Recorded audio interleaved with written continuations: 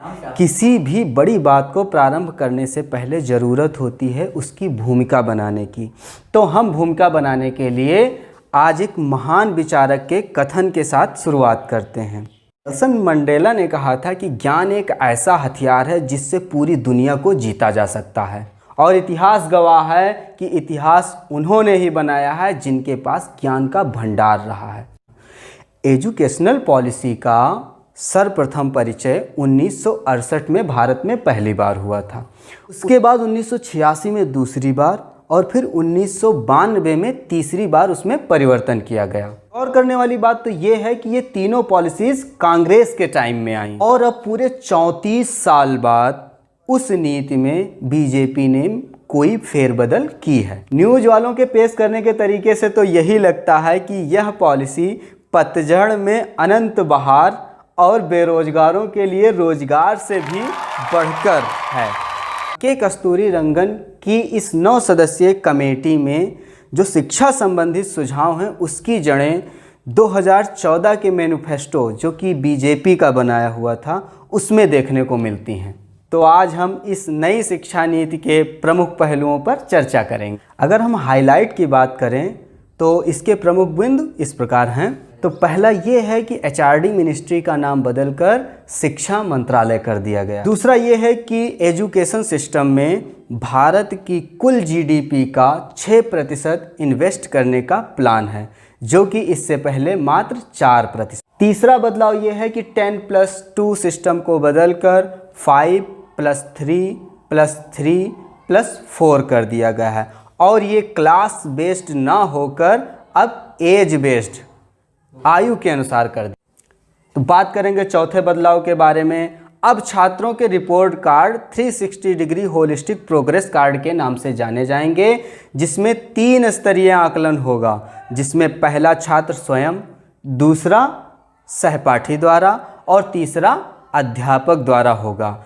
तथा इस कार्ड में शैक्षणिक योग्यता तथा विकास के साथ साथ अन्य कैरिकुलर और एक्स्ट्रा कैरिकुलर गतिविधियां व प्राप्तांक भी दर्ज होंगे। पांचवी तथा सबसे अंतिम महत्वपूर्ण बात, अब वार्षिक परीक्षाओं को बदलकर सेमेस्टर वाइज कर दिया गया है। इसके अलावा इसमें मल्टीपल एंट्री तथा मल्टीपल एग्जिट सिस्टम तथा वर्तमान परिस्थितियों को ध्यान में रखते हुए ई लर्निंग की व्यवस्था को समुचित स्थान दिया गया है। +3+3+4 की, तो इसमें जो पहले 5 साल हैं इनमें से 3 साल आंगनवाड़ी कार्यकर्त्री के जिम्मे, जिसमें प्री स्कूलिंग का कार्य होगा, और अगले 2 साल जो हैं वो पहली और दूसरी कक्षा के लिए होंगे।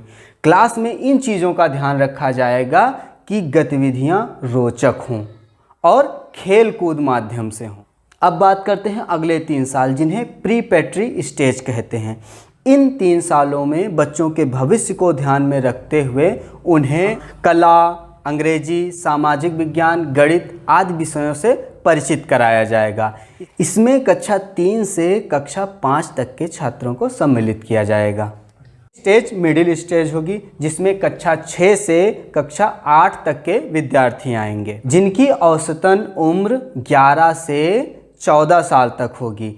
इस स्टेज में बच्चों में विषयों के प्रति समझ विकसित की जाएगी और उन्हें निश्चित पाठ्यक्रम के अंतर्गत शिक्षा दिया जाएगा। इस स्टेज की सबसे खास बात यह है कि विद्यार्थियों को उनकी रुचि के अनुसार इंटर्नशिप की व्यवस्था उपलब्ध कराई जाएगी। इसके अलावा कला और संगीत पर विशेष ध्यान दिया जाएगा। अगले 4 साल जो कि सेकेंडरी स्टेज होगी, इसमें कक्षा 9 से कक्षा 12 तक के छात्र होंगे।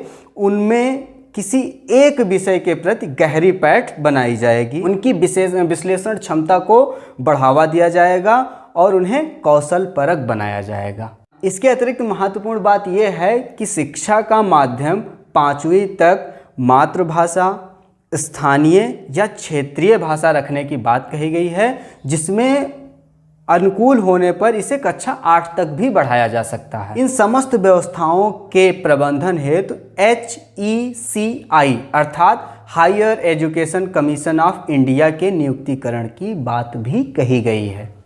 अब बात करते हैं हम लोग इस नीति के फायदों की।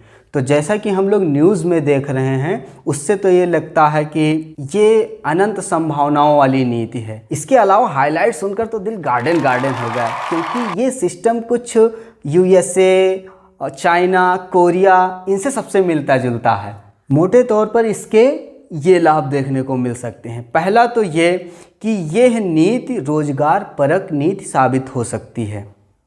दूसरी बात यह कि स्थानीय भाषाओं का समावेश करने के परिणाम स्वरूप ये शिक्षा पद्धति उधारी का ना लगकर कुछ अपनी सी लगेगी। तीसरी बात यह है कि ये बच्चों की पीठ तथा दिमाग पर बेवजह तथा अनचाहा बोझ बनने की जगह इंटरेस्टिंग अर्थात रोचक होने वाली है, जिसमें बदलते समय की मांग को ध्यान में रखते हुए ई-लर्निंग जैसी आवश्यक व्यवस्थाएं भी की गई हैं। वैसे कहने को अगर बात की जाए तो बड़े बड़े प्रोग्राम्स में छोटी छोटी समस्याएं तो आती ही रहती हैं, फिर भी हम केवल सरसरी तौर पर कुछ प्रमुख चुनौतियों की संभावनाओं के बारे में बात करेंगे, जिसमें पहला पॉइंट इसके फाइनेंस या वित्त का है, क्योंकि इतने बड़े पॉलिसी के लिए इतना बजट व्यवस्था करना तथा उसका समुचित उपयोग चिंतन का विषय है। दूसरी बात अध्यापकों की कमी को लेकर है, क्योंकि वर्तमान में प्रति 1000 छात्र पर एक ही अध्यापक का रेशियो है। तीसरी बात बड़े स्तर पर शिक्षण संस्थानों के स्थापन तथा उसके पाठ्यक्रम निर्धारण को लेकर है, तथा चौथी और अंतिम चुनौती समस्त योजना की देखरेख व मूल्यांकन को लेकर और उसके मशीनरी के विषय में है। जो भी हो, कुल मिलाकर यह शिक्षा नीति भारतीय परिप्रेक्ष्य में क्रांति भी सिद्ध हो सकती है, और फिर ये भी हो सकता है कि इतनी उदारवादी नीति होने के कारण और स्ट्रीम सिस्टम खत्म करके मनचाहे विषय को चुनने की स्वतंत्रता की वजह से जो खिचड़ी बनेगी, उसकी वजह से सरकार की आकांक्षाओं पर रायता भी फैल सकता है। ये छोड़िए, ये सारी चीज़ें तो समय ही बताएगा। तो हम भी इन सारी चीज़ों को समय पर छोड़ते हैं और चलिए अपना अपना काम करते हैं। तो मित्रों, आज के वीडियो में बस यही विराम देते हैं और मिलते हैं अपने अगले वीडियो में।